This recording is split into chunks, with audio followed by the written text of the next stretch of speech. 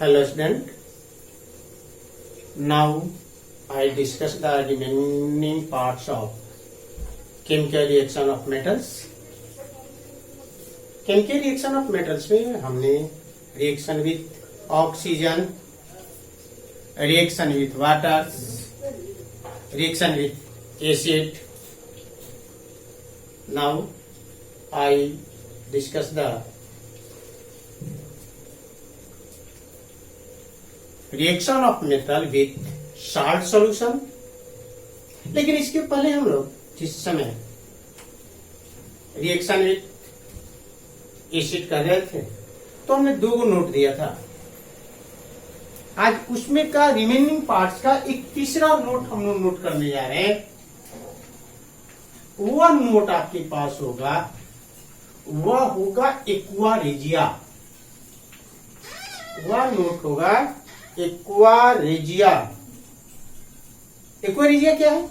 एक generally aqua regia mixture of concentrated nitric acid और concentrated hydrochloric acid का ratio 1:3 यानी 1 पार्ट नाइट्रिक एसिड का 3 पार्ट हाइड्रोक्लोरिक एसिड को जब एक दूसरे के साथ मिक्स कर देते हैं तो उसको बोला जाता है एक्वा रेजिया। एक्वा रेजिया को जनरली एक लैटिन वर्ड है। क्या है? लैटिन वर्ड, जिसको हम लोग ट्रांसलेट मेरे यहां कराई जाती है तो इसको हम लोग लैटिन वर्ड को बोलते हैं रॉयल वाटर। रॉयल वाटर क्या है? Royal water. एक्वा रेजिया ऐसी एसिड्स है जो नॉन रिएक्टिव मेटल्स जैसे गोल्ड और प्लेटिनम के साथ रिएक्ट कर देता है। लेकिन रिएक्ट करने काउच क्या होगा? तो जनरली जिस समय हम 1 पार्ट नाइट्रिक एसिड का और 3 पार्ट हाइड्रोक्लोरिक एसिड का एक कॉन्सेंट्रेटेड होगा, जब मिक्स करते हैं तो मिक्स के समय दोनों का एक दूसरे के साथ केमिकली कॉम्बिनेशन होती है, केमिकली रिएक्शंस होती है और उस समय वह नाइट्रोसिल क्लोराइड के साथ वाटर मॉलिक्यूल और साथ ही नेसेंट क्लोरीन फॉर्मेट करता है। और ये एक्वा रेजिया का रिएक्टिविटी हाई होने के कारण है वह है नेसेंट क्लोरीन। जो नेसेंट क्लोरीन गोल्ड के साथ रिएक्ट कर करके और एक क्लोराइड, प्लेटिनम जो नॉन रिएक्टिव है उसके साथ रिएक्ट कर करके प्लेटिनम क्लोराइड का फॉर्मेट करते हैं। तो सबसे पहले हम लोग देख रहे हैं कि एक्वा रेजिया क्या है, यानी व्हाट इज एक्वा रेजिया। तो जनरली हमने बता रहे हैं कि aqua regia is a mixture of 1 part of concentrated nitric acid and 3 parts of the concentrated hydrochloric acid. यानी ऐसी स्थिति में हम दिखा रहे हैं एक्वा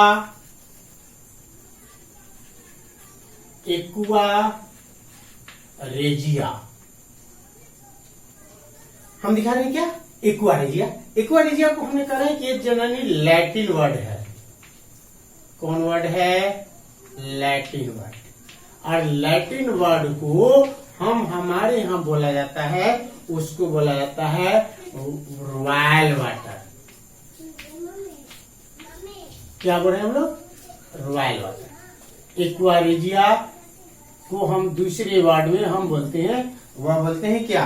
रॉयल वाटर, क्योंकि यह लैटिन वर्ड है। कौन वर्ड है? लैटिन वर्ड है। यानी ऐसी स्थिति में डिफाइन करें तो aqua regia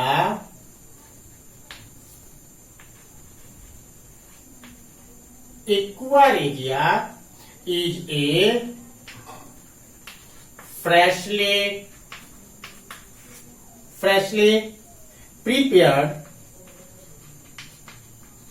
prepared mixture of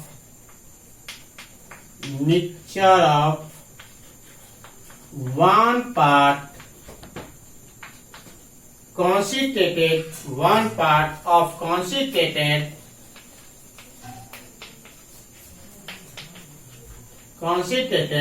nitric acid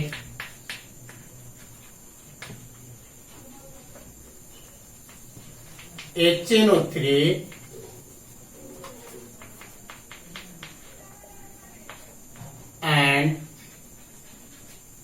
and 3 parts of concentrated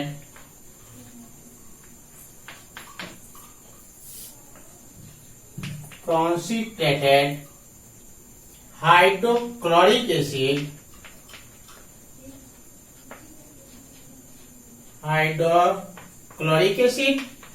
HCl। यह होगा क्या? ऐसे स्थिति में हम सीधे बता रहे हैं कि एक्वारेजिया है, एक लैटिन वर्ड है जिसको हमने बोलते हैं, हमारे यहाँ बोली जाती है रॉयल वाटर। और aqua regia is a freshly prepared mixture of 1 part of concentrated nitric acid and 3 parts of concentrated hydrochloric acids. दोनों जब मिला दी जाती है 1 पार्ट और 3 पार्ट्स, तो जनरली इनकी रिएक्टिविटी हाई क्यों हो जाती है? तो रिएक्टिविटी में ऐसे हाई, यदि 1 पार्ट ऑफ यानी ओनली फॉर जब नाइट्रिक एसिड यूज करते हैं जो सबसे स्ट्रॉन्ग एसिड है, फिर भी गोल्ड और प्लेटिनम के साथ कोई रिएक्ट नहीं करती, कोई केमिकली कॉम्बिनेशन नहीं करती है। लेकिन हाइड्रोक्लोरिक और नाइट्रिक एसिड को जब मिला दी जाती है तो गोल्ड को भी अपने रिएक्ट करने की, यानी गोल्ड को अपने डिजोल्व कर लेने की कैपेसिटी रखती है और प्लेटिनम को भी कंबाइन करने की कैपेसिटी रखती है। तो हमने अभी बोला है कि जिस समय नाइट्रिक एसिड को हाइड्रोक्लोरिक से मिक्स कराई जाएगी तो उस समय जनरली बनेगा नेसेंट क्लोरीन, और उस समय नेसेंट जब क्लोरीन बनेगा तो नेसेंट क्लोरीन की रिएक्टिविटी बहुत हाई होने के कारण वो गोल्ड और प्लेटिनम को भी अपने रिएक्ट कर लेती है। यानी ऐसी स्थिति में 1 पार्ट ऑफ नाइट्रिक एसिड अब plus 3 part of hydrochloric acid, जब ये दोनों को मिक्स कर रहे हैं, और जनरली ये दोनों कॉन्सेंट्रेटेड है, कॉन्सेंट्रेटेड, और ये भी यूज कर रहे हैं, वो भी यूज करें कॉन्सेंट्रेटेड, जबकि डायल्यूट यूज नहीं हम लोग कर रहे हैं, कॉन्सेंट्रेटेड यूज कर रहे हैं।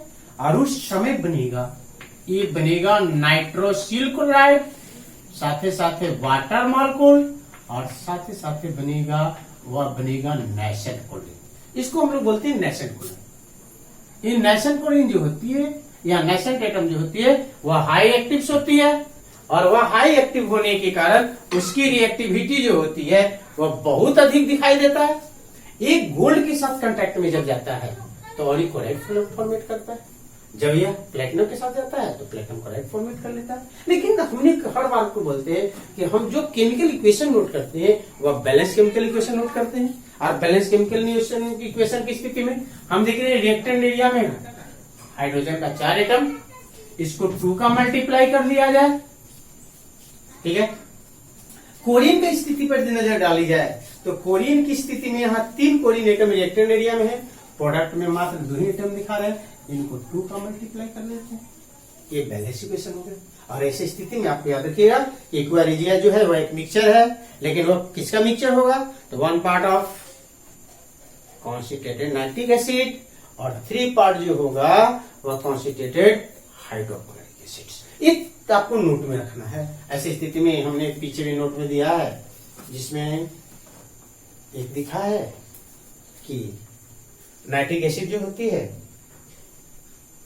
और मेटल के साथ रिएक्ट करती है, लेकिन जिस समय कंडीशन है कि metal react with dilute acid to evolve hydrogen gas, उस समय हाइड्रोजन गैस के इवॉल्व नहीं करती है, वह वाटर मॉलिक्यूल फॉर्मेट कर देती है, क्योंकि उस समय वह स्ट्रॉन्ग ऑक्सीडाइजर है। क्या है? ऑक्सीडाइजर है। आगे हम लोग केमिकल रिएक्शंस का पार्ट देखने जा रहे हैं, जिसमें केमिकल इक्वेशन टाइप डी होगा।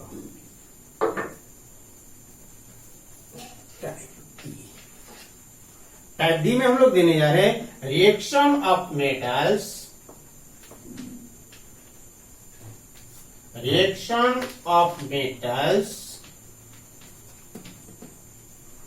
with salt solution,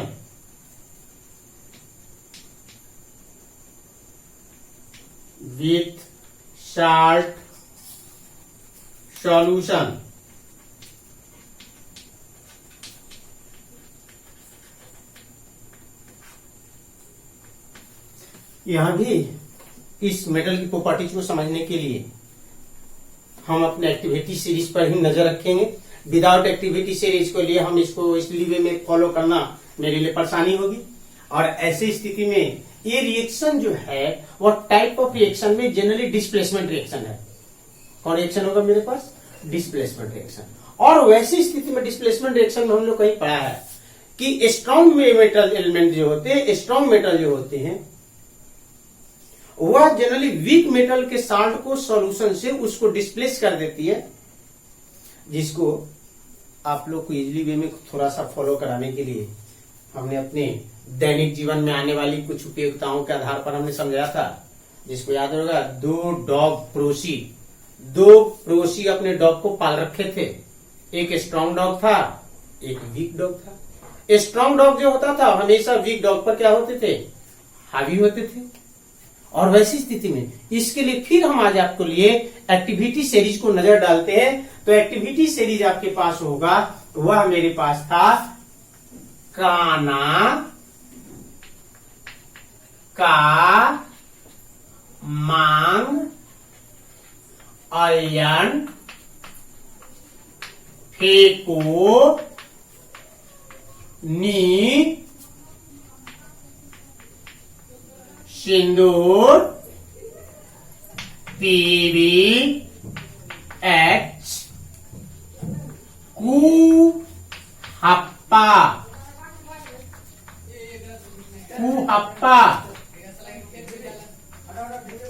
इसका मतलब कि जो डिस्प्लेस करेगा यानी वो डिस्प्लेस स्ट्रॉन्ग को ही करेगा। यानी हम यदि ये स्ट्रॉन्ग है तो इसमें से किसी को डिस्प्लेस करेगा। यदि हमने इसको इससे डिस्प्लेस कराने की कैपेसिटी करे तो हमें डिस्प्लेस नहीं होगा। यानी ऐसी स्थिति में कॉपर का सॉल्यूशन लिया जाए, कॉपर का कोई साल्ट सॉल्यूशन लिया जाए, उस कॉपर के साल्ट के सॉल्यूशन में एनी एटम का स्ट्रिप, चाहे तो जिंक का स्ट्रिप डाल दो, चाहे सोडियम का या आयरन का स्ट्रिप डाल दो, या कॉपर का स्ट्रिप डाल दो, ये सारे कॉपर सल्फेट के सॉल्यूशन से जनरली इसको डिस्प्लेस कर देंगे। यानी ऐसी स्थिति में कॉपर सल्फेट का हमने आपको नाम दिया है ब्लू बिटर। कॉपर का सल्फेट सॉल्यूशन है तो हम उसको बोला है ब्लू बिटर, जो कलर में आम रूप से मुझे दिखाई देती है ब्लू, इसलिए उसको बोलते हैं क्या? ब्लू। यानी ऐसी स्थिति में डिस्प्लेस जो करेगा इस पर हमको नजर रखना है। लेकिन आप जिस समय नोटबुक बनाइएगा तो इस बात को हर समय ये रिएक्टिविटी सीरीज नोट नहीं करना है। हम आपको फॉलो कराने के लिए, ओनली फॉर फॉलो कराने के लिए, ये जब हम अपना वीडियो लोड कर रहे हैं तो एक्टिविटी सीरीज को सामने रख रहे हैं। लेकिन आप जिस समय नोटबुक बनाइएगा उस समय एक्टिविटी सीरीज को यहां इसके जस्ट नीचे नहीं रखेंगे, ये नहीं रहेगा। इस सिर्फ समझाने के लिए आपको लिख रहे हैं। एक्टिविटी सीरीज जहां हमने केमिकल प्रॉपर्टीज ऑफ मेटल शुरू किया है वहीं पर रखेंगे इसको। हमने हर टॉपिक का रिएक्शन के सामने हमने एक्टिविटी सीरीज नहीं रख रहे हैं, लेकिन हमको रखने पर है क्या कि जब एक वीडियो दूसरे वीडियो पर टर्न कर रहा है तो एक्टिविटी सीरीज मेरे यहां से गायब हो जा रही है। और उस एक्टिविटी सीरीज को समझाने के लिए, यानी किसका डिस्प्लेस कौन करेगा, उसके लिए हम आपको ये एक्टिविटी सीरीज रख रहे हैं। यानी ऐसी स्थिति में हर बार एक्टिविटी सीरीज को रखना उचित नहीं होगा। और हम क्या करें कि रिएक्शन जो है वो डिस्प्लेसमेंट रिएक्शन है।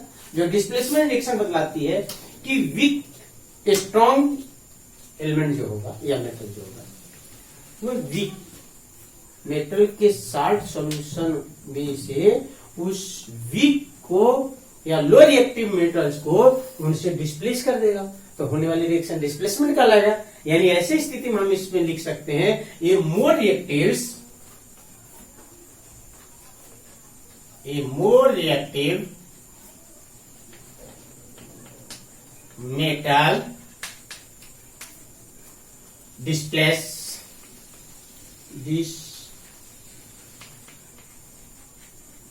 a less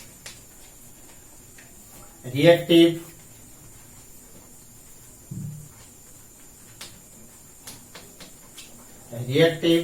metal from its salt solution। किससे करेगा? मोर रिएक्टिव मेटल जो होगा वो लेस रिएक्टिव मेटल के साल्ट से उसको क्या कर देगा? डिस्प्लेस कर देगा। हमने लिखा है ये more reactive metal displaces a less reactive metal from it salt solution, यानी that is metal A plus salt solution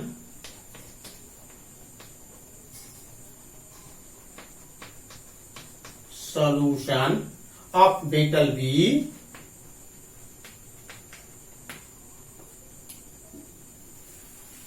that is note करें हम लोग मेटल ए, सपोज है कि किसी मेटल को हमने कल्पना किया plus salt solution of metal B, एक बी एलिमेंट लिया है, एक हमने ए लिया है। हमने यहां दिखा रहे हैं ए का स्ट्रिप को हम मेटल बी के साल्ट के सॉल्यूशन में ड्रॉप करा रहे हैं। इसका मतलब कि ये यदि मोर एक्टिव है इसके कंपेरिजन में तो डिस्प्लेसमेंट रिएक्शन नहीं होगा, लेकिन ये रेस रिएक्टिव है कंपेरिजन टू इसके तो डिस्प्लेसमेंट रिएक्शन होगा। इसका मतलब कि सी बी को डिस्प्लेस करेगा और इसके साल्ट का सॉल्यूशन फॉर्मेट करेगा, यानी ऐसे स्थिति में मेरे यहां जो बनेगा वह salt of solution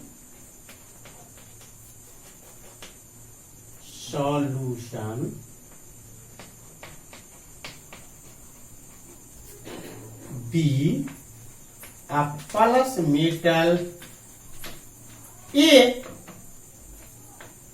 sorry A होगा क्या metal B.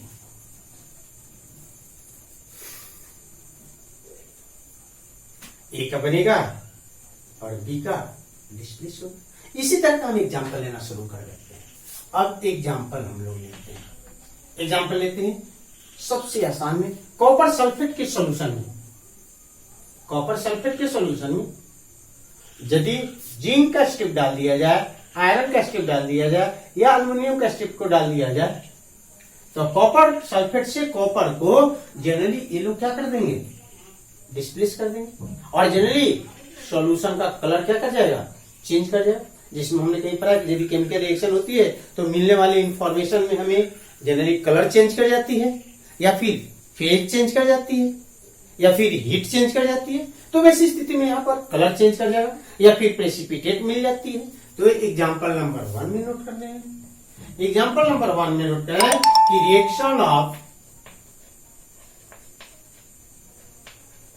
Reaction of zinc, जिसको सिंबल आपने जिंक को दिखा रहे हमने रिएक्टिव मांग रहे हैं, ग्रेटर मंगा रहे हैं किससे कॉपर से रिएक्ट करें zinc with copper sulphate solution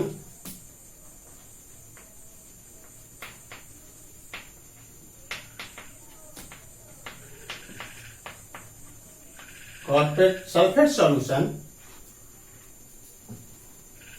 किससे करा रहे कॉपर सल्फेट सॉल्यूशन से करा रहे।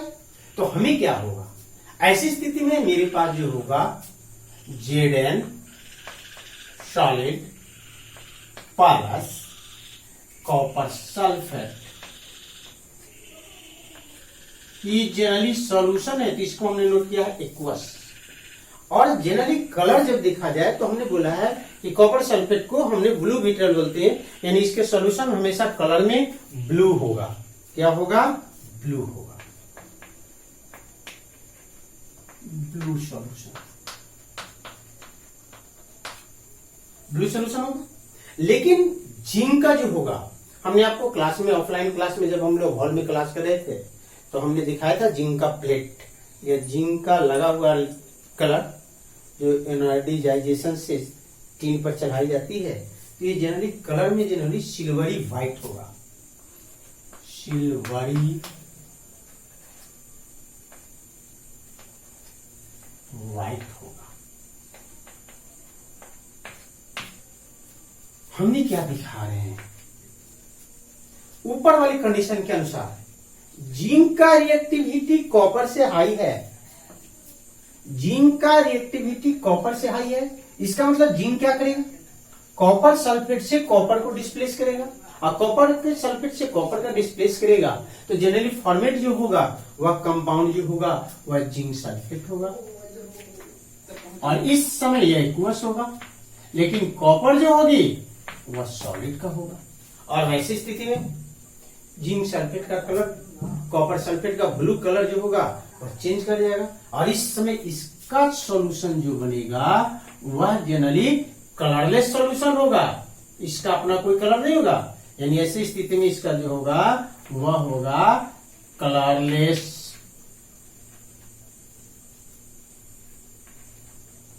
सॉल्यूशन। लेकिन कॉपर का कलर कैसे जाएगा? तो कॉपर का कलर हमेशा आप लोग देखते हैं कि रेड ब्राउन होता है, रेड ब्राउन होता है।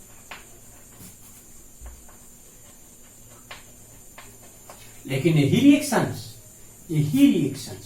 यदि जिंक सल्फेट के सॉल्यूशन में कॉपर के स्ट्रिप को डाला जाए तो नो रिएक्शन होगा।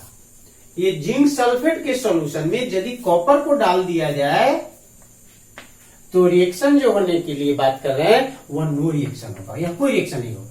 क्यों? क्योंकि कॉपर का रिएक्टिविटी जिंक से लोएस्ट है, इसलिए कभी भी कॉपर जो होगा वह जिंक सल्फेट के सॉल्यूशन से जिंक को डिस्प्लेस नहीं करेगा। लेकिन वही कॉपर सल्फेट के सॉल्यूशन में जब जिंक का टुकड़ा डाली जा रही है तो कॉपर को डिस्प्लेस कर दे रहा है, और जो सॉल्यूशन का कलर ब्लू था वह जनरली कलरलेस हो गया। क्या हो गया? कलरलेस हो गया। Example number 2, reaction of iron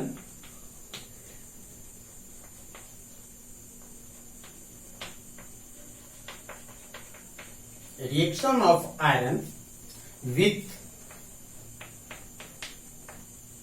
copper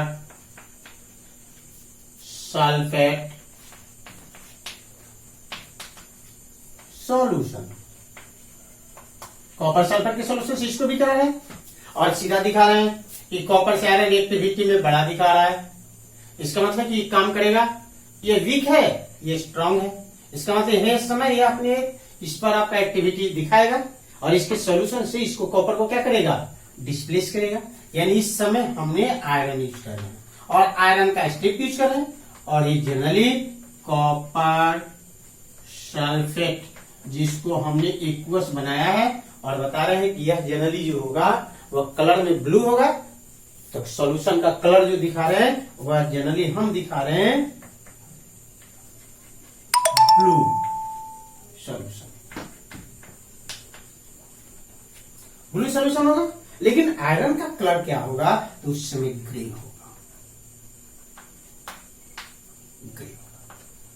अभी रिएक्टिविटी सीरीज में सीनियर दिखा रहा है, इसका मतलब कि आयरन इसको डिस्प्लेस करेगा, तब बनेगा फेरस सल्फेट एक्वस, साथ साथ कॉपर।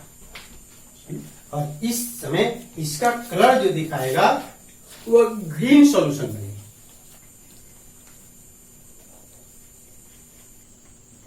अगला एग्जांपल हम लोग लेने के लिए तैयार हैं, जो लेस रिएक्टिव की ओर जा रहे हैं उसकी तरफ। यानी अगला रिएक्शन में जिंक नाइट्रेट के सॉल्यूशन में कॉपर के स्ट्रिप को डाल रहे हैं।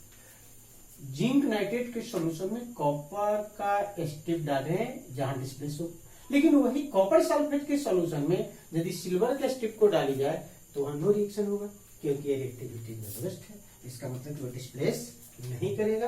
यानी example number 3,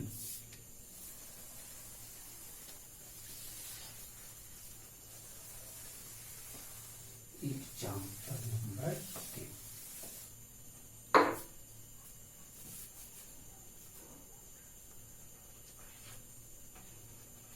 example number 3, reaction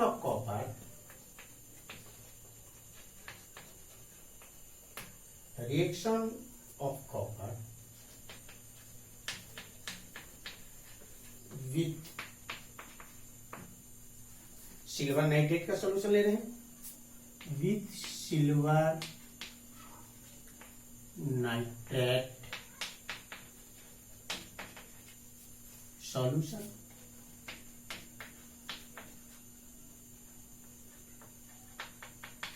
silver nitrate का सॉल्यूशन ले रहे हैं और यदि सिल्वर नाइट्रेट का सोल्यूशन यूज कर रहे हैं हम लोग, थोड़ा सा वैलेंसी पर भी ध्यान दीजिएगा। एक कंपाउंड है, एलिमेंट है, तो हर कंपाउंड का अपना एक मॉलिक्यूलर फार्मूला होगा, और जब फार्मूला होगा तो इसके दो रेडिकल हमें दिखा रहा है, एक सिल्वर है, दूसरा नाइट्रेट है।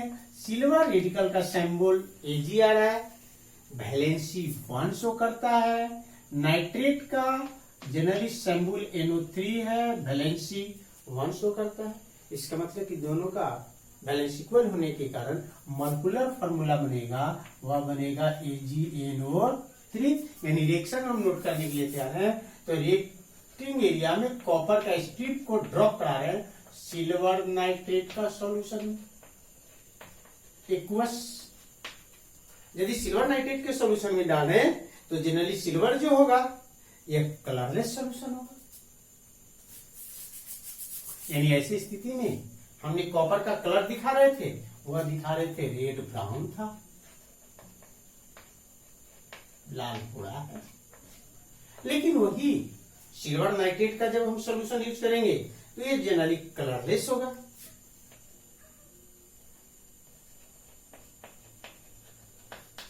कलरलेस होगा, इसका कोई कलर नहीं होगा। और ऐसी स्थिति में यहां रिएक्टिविटी सीरीज बता रहा है कि सिल्वर के कंपैरिजन में कॉपर मोर एक्टिव है। इसका मतलब ये स्ट्रांग है, वीक है। यानी ऑफलाइन क्लास में स्ट्रांग डॉग है, वीक डॉग है। इसका मतलब इसका फूड ये इसको कैच करेगा। यानी ऐसी स्थिति में निगेटिव रेडिकल ट्रांसफर होगा, और ऐसी स्थिति में बनेगा वह बनेगा copper nitrate equals plus silver का सॉलिड होगा। लेकिन इस समय यदि कॉपर का नाइट्रेट बना है तो इसका कलर जो होगा वह ब्लू सॉल्यूशन होगा। कलर में कैसा दिखाई देगा, वह जनरली ब्लू दिखाई देगा। यानी सॉल्यूशन का कलर जो हो जाएगा वह ब्लू हो जाएगा।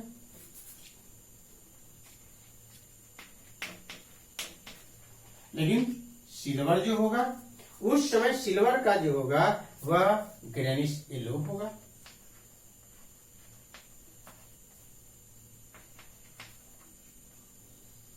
व्हाइट होगा, सॉरी व्हाइट कलर में आएगा, ग्रीस व्हाइट आएगा। लेकिन वही यदि इसको रिएक्टिंग एरिया में डाल दिया जाए, यानी कॉपर नाइट्रेट के सॉल्यूशन में यदि सिल्वर के स्ट्रिप को ड्रॉप कराया जाए तो जनरली नो रिएक्शन हो। यानी ऐसी स्थिति में इसको हम रिएक्टिंग एरिया में डाल दें, यहाँ नो रिएक्शन दिखाएगा, क्योंकि ये रिएक्टिविटी सीरीज भी क्या है, लोवेस्ट है। रिएक्टिविटी सीरीज भी क्या है, ग्रेटर है। इसलिए डिस्प्लेसमेंट रिएक्शन संभव नहीं है। लेकिन हम तो रिएक्शन करा रहे हैं, कॉपर को स्ट्रिप को सिल्वर नाइट्रेट के सॉल्यूशन में ड्रॉप करा रहे हैं। इसका मतलब कि कॉपर रिएक्टिविटी में सिल्वर से हाई दे रहा है, इसलिए वह डिस्प्लेसमेंट रिएक्शन होगा। आगे हमने रिएक्शन ऑफ टाइप ई पर चलते हैं।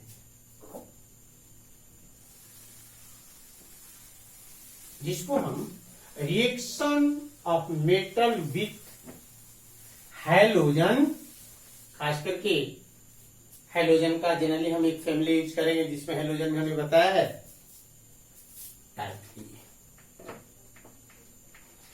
रिएक्शन ऑफ मेटल्स विथ, देखिए हैलोजन फैमिली हम नहीं यूज कर रहे हैं। हैलोजन में सैंपल शायद आपके पास याद है, हमने दिखाया था नोटेशन बाई हैलोजन फैमिली को एक्स। इसके तहत आते हैं फ्लोरीन, क्लोरीन, ब्रोमीन, आयोडीन, जिसको हमने पढ़ाया है आपको शायद। इस फैमिली को याद रखने के लिए फक्कल बरियात जिसमें फ्लोरीन, क्लोरीन, ब्रोमीन और आयोडीन। लेकिन हम रिएक्शन विथ क्लोरीन करा रहे हैं, क्लोरीन करा रहे हैं। जब क्लोरीन करा रहे हैं तो ध्यान देने की बात आ रही है, रिएक्टेंट एरिया में एक मेटल है, दूसरे नॉन मेटल है। और यदि न्यू सब्सटेंस का जो फॉर्मेशन होगा वह जनरली किसी भी कंपाउंड्स का एक कंपोनेंट्स मेंबर्स मेटल, दूसरा यदि नॉन मेटल है तो बॉन्ड ऑफ नेचर में अनिक होगा। इसका मतलब कि मेटल जो होगा वो क्लोरीन के साथ रिएक्ट करेगा और आयनिक मेटालिक क्लोराइड का फॉर्मेशन करेगा, यानी metal react with chlorine to form ionic chloride. क्या फॉर्म करेगा? आयनिक क्लोराइड फॉर्मेट करेगा, यानी that is metal plus chlorine to form metal chloride. क्या करेगा? मेटल क्लोराइड फॉर्मेट करेगा। ऐसी स्थिति में हमने एग्जाम्पल जो दिखा रहे हैं, एग्जाम्पल नंबर 1, एग्जाम्पल 1 में सोडियम रिएक्ट्स विथ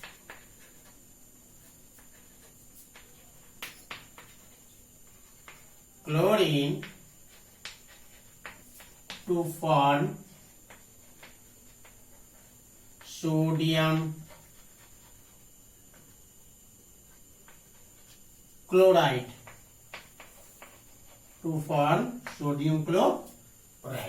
यानी ऐसी स्थिति में रिएक्टिंग एरिया में सोडियम मेटल्स हैं, क्लोरीन डायटोमिक है, जिसको हमने एटोमिसिटी पढ़े हैं क्लास 9 में, तो हमने मिला है हेलोजन फैमिली के मेंबर जो होते हैं वह डायटोमिक है, इसलिए हमने Cl2 गैसियस स्टेट में होंगे, और ये फॉर्मेट जो करेंगे वह बनेंगे सोडियम क्लोराइड, लेकिन यह सॉलिड स्टेट में होगा। एग्जाम्पल नंबर 2 में ला रहे कैल्शियम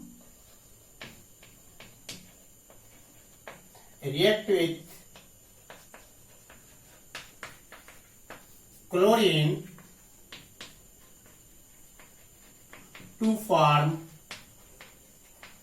form calcium chloride यानी ऐसी स्थिति में रिएक्टिंग एरिया में कैल्शियम है, इक्वेशन बैलेंस इक्वेशन नहीं, इसलिए हमने हमेशा ध्यान देना है कि बैलेंस इक्वेशन देखिए यहाँ एलिमेंट मॉलिक्यूल कंपाउंड मॉलिक्यूल का ये दिखा रहे हैं कि यहाँ ऑड है, इधर है कि इथेन है, ऑड और इवेन की स्थिति में 2 का मल्टीपल। ऐसी स्थिति में पीछे भी एक आध इक्वेशन आपसे हमसे छूटा है शायद बैलेंस करने के लिए, उसको बैलेंस कर लीजिएगा। सिल्वर नाइट्रेट वाले भी रिएक्शन बैलेंस नहीं है, उसको भी कर लीजिएगा, या फिर कोई रिएक्शन ऐसे छूटे होंगे इनको बैलेंस नहीं है, शायद एक ही इक्वेशन मेरे पास नजर आ रहा है जो बैलेंस नहीं है, जिसमें हमने सिल्वर नाइट्रेट का रिएक्शन जनरली कॉपर स्क्रिप्ट से कराया है, तो वह बैलेंस नहीं करा पाए हैं हम अब बोर्ड पे, इसलिए आप उसको बैलेंस कर दीजिएगा। और कॉपर यदि सॉलिड स्टेट में होगा, रिएक्ट्स विथ क्लोरीन दिखा रहा है, वह गैसियस स्टेट में होगा, ये भी बता रहे डायटोमिक है, और उस समय कंपाउंड बनेगा, उस समय कंपाउंड में यहां दिखा रहा है कैल्शियम क्लोराइड, 2 रेडिकल आ रहे हैं, कैल्शियम है, दूसरा क्लोराइड है। कैल्शियम का सिंबल है Cl वैलेंसी 2, क्लोरीन का सिंबल Cl वैलेंसी 1। इसका मतलब मोलिकुलर फार्मूला का रोटेशन में ये जनरली इंटरचेंजिंग होगा, इंटरचेंजिंग जिस समय होगा तो उस समय कंपाउंड बनेगा CaCl2, लेकिन यह आयनिक होने के कारण सॉलिड होगा। Reaction number 3, example number 3, magnesium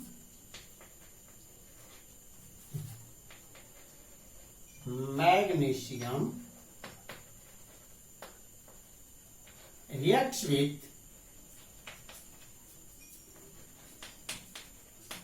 chlorine to form magnesium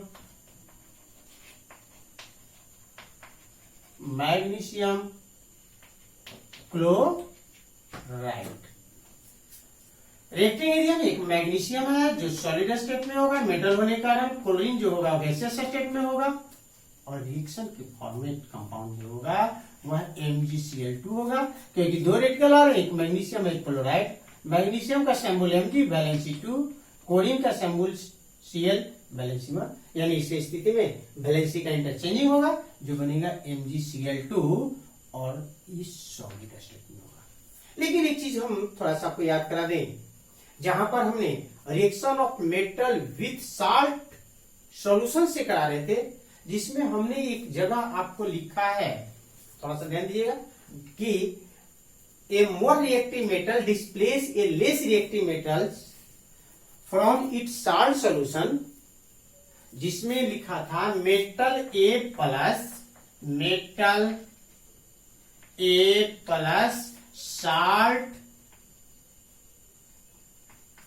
solution of metal B, देख रहे होंगे आपको शुरू में डैट में, तो वहां एक शब्द लिख देना है, air is more, sorry clearance के बाद लिख देते हैं, इतना वगैरह नोट कर लीजिएगा। आपको यहां लिख लेना है, कहां, जहां टाइप ऑफ रिएक्शन डी पढ़ रहे थे उसमें हमने लिखा है metal A plus salt solution of metal B, जो लिखा है डैश दे करके, उसके नीचे यहां नोट करना है। क्या नोट कर लेना है? तो नोट करने के लिए आपको ये रखना है कि ए इज मोर रिएक्टिव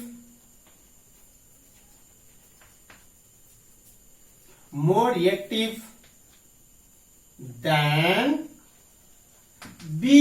ये सब छूटा हुआ है, ऐसा हमने चर्चा किया है कि ये जो मोर रिएक्टिव होगा कंपेरिजन टू बी, लेकिन वहां नोट कर लीजिएगा डेट इज के रिएक्शन के जस्ट नीचे कि A is more reactive than B, तब वहां डिस्प्लेस रिएक्शन दिया है। Thank you. अगले वीडियो के लिए